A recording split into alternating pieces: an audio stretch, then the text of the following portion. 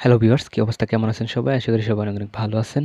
তো আজকে free explain random video চ্যানেলে অসাধারণ একটি মুভি সম্পর্কে জানতে চলেছি। যে সিনেমাটির নাম হচ্ছে মিড ডেভ। মানে ডেভ হচ্ছে এই সিনেমার প্রধান চরিত্রের নাম। আর মিড ডেভ হচ্ছে ডেভের সাথে যারা দেখা করে।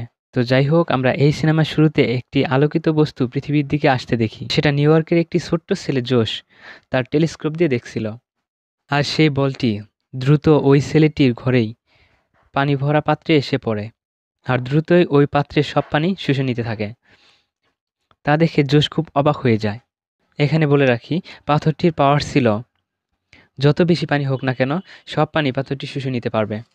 আর তার পরের দৃশ্যে আমরা দেখি ৩ মাস কেটে গিয়েছে এবং আবারও একটি আগুনের গুলা মাটির দিকে আসছে। আর এই গুলাটি আগের গুলার চেয়ে অনেক বড় ছিল। আর সেটা আইসল্যান্ডের কাছে ক্র্যাশ করে। আর যখনই সেটার আগুন নিভে যায় তখন আমরা দেখি ওটা আসলে কোনো বল ছিল না। ওটা সাদা স্যুট পরা একটা মানুষ ছিল। কিন্তু লোকটির চলাফেরা ছিল অদ্ভুত।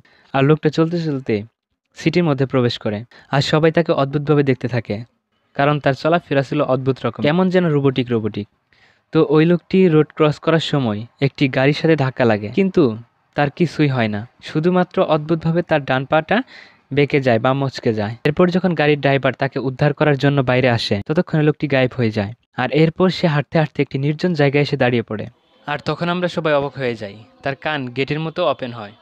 আর সেখানে ছোট ছোট মানুষ দেখতে পাই, যারা দড়ির সাহায্যে বাইরে এসে লোকটির পায়ের কাছে আসে। সেখানে একটি গেট ছিল, বাটন চাপতেই গেট ওপেন হয়। আমরা দেখি ওটার ভেতরে অনেক তার রয়েছে, যেখানে কিছু তার ছিঁড়ে গিয়েছে এবং ওই ছোট মানুষটি পায়ের তার রিপেয়ার করা শুরু করে। এখন পা কন্ট্রোল করা লোকটি ব্রেন কন্ট্রোল করা লোকটির কাছে যায়। আমরা বুঝতে পারি এটা কোনো মানুষ নয় কিংবা এলিয়েনও নয়, এটা একটা স্পেসশিপ বা নভোযান। মানে মানুষের মতো দেখতে এই পুরোটাই হচ্ছে একটা স্পেসশিপ বা নভোযান। আর শিপে ছোট ছোট মানুষগুলো বা এলিয়েনগুলো আরেক গ্রহ থেকে আমাদের পৃথিবীতে এসেছে। তো যাই হোক, মানুষের মতো এই শিপটাকে কন্ট্রোল করছে অনেকগুলো ছোট ছোট এলিয়েন। আর আমাদের সাথে এই সিনেমার এলিয়েনদের সাথে পরিচয় করে দেওয়া হয় নাম্বার দিয়ে। যেমন মেম্বার নাম্বার 1 হচ্ছে এই শিপের ক্যাপ্টেন, এবং তার চেহারায় এই পুরো স্পেসশিপটি ছিল। আর মেম্বার নাম্বার 2 হচ্ছে ক্যাপ্টেনের অ্যাসিস্ট্যান্ট, আর তাকে দ্বিতীয় ক্যাপ্টেন বলা হয়। আর মেম্বার নাম্বার 3 হচ্ছে এখানকার সিস্টেম ইনচার্জ, আর সে হচ্ছে একটা মেয়ে। তো যাই হোক, এই শিপের ক্যাপ্টেন মানে মেম্বার নাম্বার 1 পুরো শিপ কিভাবে চলবে সেটা কমান্ডো দেয়। তো ওই শিপে পুরো বডি কন্ট্রোল করার জন্য আমরা আলাদা আলাদা মেম্বার দেখি। যেমন হাত কন্ট্রোল করার জন্য একটি এলিয়েন, পা কন্ট্রোল করার জন্য একটি এলিয়েন ছিল। তো এলিয়েনরা পুরো শিপ পরীক্ষা করে একটা রিপোর্ট এনে ক্যাপ্টেনকে দেয়। রিপোর্টে বলা হয় অ্যাক্সিডেন্টের কারণে এই শিপ এখন আর চলতে পারবে না, কিন্তু এটা আমরা ঠিক করতে পারবো। তবে এর জন্য পৃথিবীর 2 থেকে 3 দিন সময় প্রয়োজন। আর এই সময়ের মধ্যে পা পুরো ঠিক করতে পারবো আমরা। আর এছাড়া এই শিপে ট্র্যাকিং সিস্টেম নষ্ট হয়ে গিয়েছিল। আর ট্র্যাকিং সিস্টেম নষ্ট হওয়ার কারণে ওই বলটি কিন্তু তারা কোথায় আছে সেটা দেখতে পারবে না। তো এই পরিস্থিতির জন্য শিপের সকল মেম্বারদের নিয়ে একটা মিটিং ডাকে। আর মিটিং থেকে যে আমরা জানতে পারি তারা প্ল্যানেট নীল থেকে এসেছে। আর তারা আমাদের পৃথিবীতে এসেছে মূলত পানি এবং লবণের জন্য, কারণ তাদের প্ল্যানেটে পানি এবং লবণ শেষ হয়ে গেছে। এজন্য তাদের প্ল্যানেট ধ্বংস হয়ে যাচ্ছে। এজন্য তারা 3 মাস আগে একটা পাথর পৃথিবীতে ফেলেছিল। তাদের উদ্দেশ্য ছিল পাথরটা সমুদ্রে ফেলবে, আর সমুদ্রের পুরো পানি পাথরটা নিয়ে নিবে, যেটা দিয়ে তারা তাদের প্ল্যানেট বাঁচাতে পারবে। তারপর তারা পাথরটা নিয়ে চলে যাবে। কিন্তু কোনো কারণে সেই পাথরটা মানুষের কাছে চলে আসে। আর কার কাছে গিয়েছে সেটা তো আমরা জানি, এক পিচ্চির কাছে। তার নাম হচ্ছে জোশ। আর তারা ওই বলটি খোঁজার জন্য মূলত এই পৃথিবীতে এসেছে। যাই হোক, তখনই আমরা দেখি ওই পিচ্চি ছেলে জোশ জানলা দিয়ে ওই মানুষের মতো শিপটাকে দেখতে থাকে এবং মাকে বলে, মা দেখো, এখানে একটা আজব লোক দাঁড়িয়ে আছে। আর তার মা যখন আসে আমরা তখন অবাক হয়ে যাই, এই মহিলাটি শিপটাকে অ্যাক্সিডেন্ট করেছিল। তো ওই মহিলা তাড়াতাড়ি ওই শিপের কাছে আসে। আর মহিলা তো বুঝতে পারছিল না যে এটা একটা স্পেসশিপ, সে তো মানুষই মনে করছে। তো শিপের মধ্যে এলিয়েনরা অনেক ঘাবড়ে যায়, কারণ তারা দেখতে মানুষের মতো হলেও তারা তো আর মানুষ নয়। আর মানুষের সাথে কিভাবে কথা বলতে হয় বা কিভাবে হাত পা কন্ট্রোল করতে হয় তারা তো আর জানে না।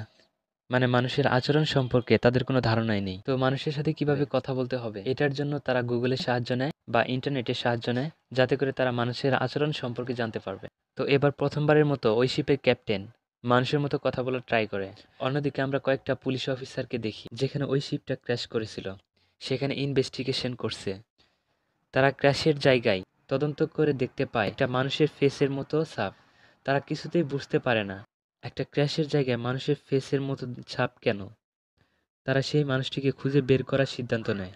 আর এখানে আমরা দেখি হিউম্যান শিপ মহিলার সাথে কথা বলা ট্রাই করে, কিন্তু ভেতর থেকে এলিয়েনরা যে কথা বলছে তার জন্য আশেপাশের জিনিস ভাঙতে শুরু করে, কারণ হিউম্যান শিপের লাউড স্পিকার অনেক বেশি ছিল।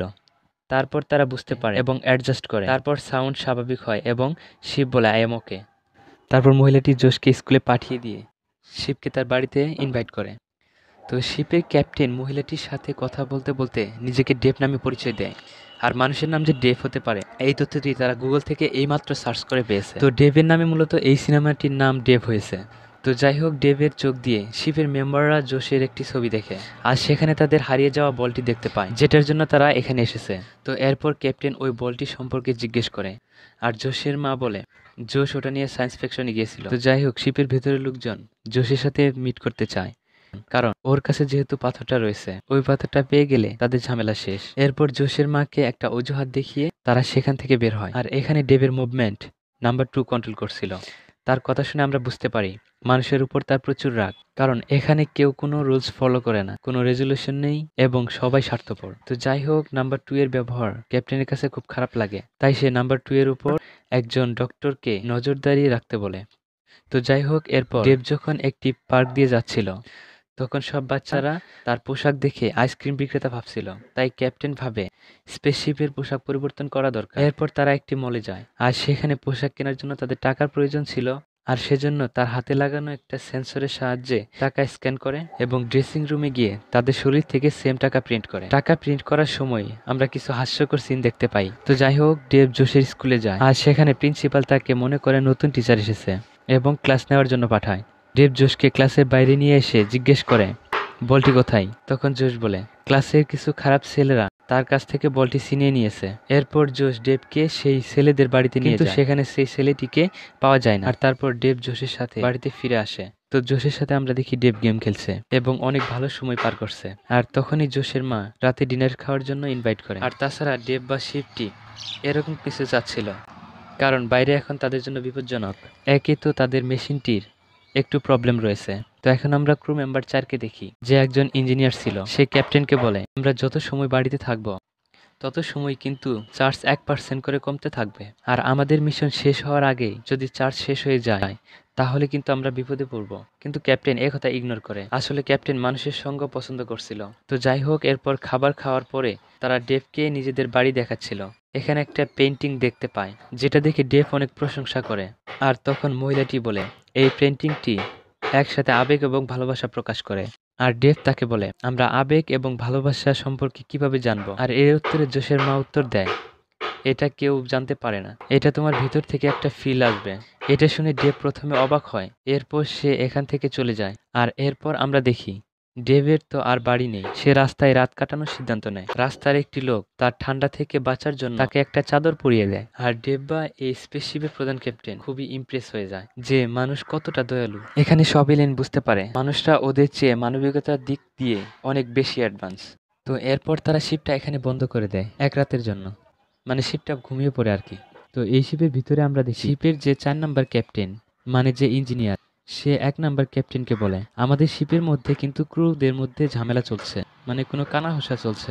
আর তারপর আমরা দেখি ক্যাপ্টেন কন্ট্রোল রুমে যায় এবং সেখানে আমরা 3 নাম্বার ক্যাপ্টেনকে কাজ করতে দেখি এবং সে ক্যাপ্টেনকে বলে তারা একটা ফাইল খুঁজে পেয়েছে, যেটা দেখলে আমরা আবেগ এবং ভালোবাসা সম্পর্কে বুঝতে পারবো। আর সব আমেরিকানরাই একবার হলেও এই সিনেমাটি দেখে, আর সিনেমাটি দেখার শেষে তারা দুজনে খুব কান্না করে আর তারা আবেগ এবং ভালোবাসা সম্পর্কে বুঝতে পারে। তো এরপর ক্যাপ্টেন আর নাম্বার 3 ঘুমাতে চলে যায়। আর পরের দিন আমরা দেখি ওই স্পেসশিপে মাত্র 25% চার্জ আছে, আর অন্যদিকে পুলিশও তাদের খুঁজছে। আর এদিকে আমরা দেখি ডেভ জোশের সাথে পার্কে যায় আর সেখানে ট্রেন ড্রাইভ করে।